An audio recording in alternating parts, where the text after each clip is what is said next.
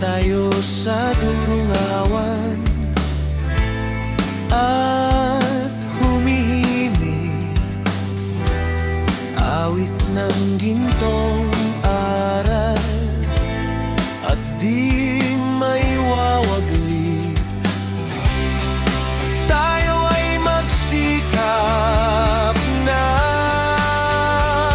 mapalapit sa dakilang Diyos na lumikha sa atin.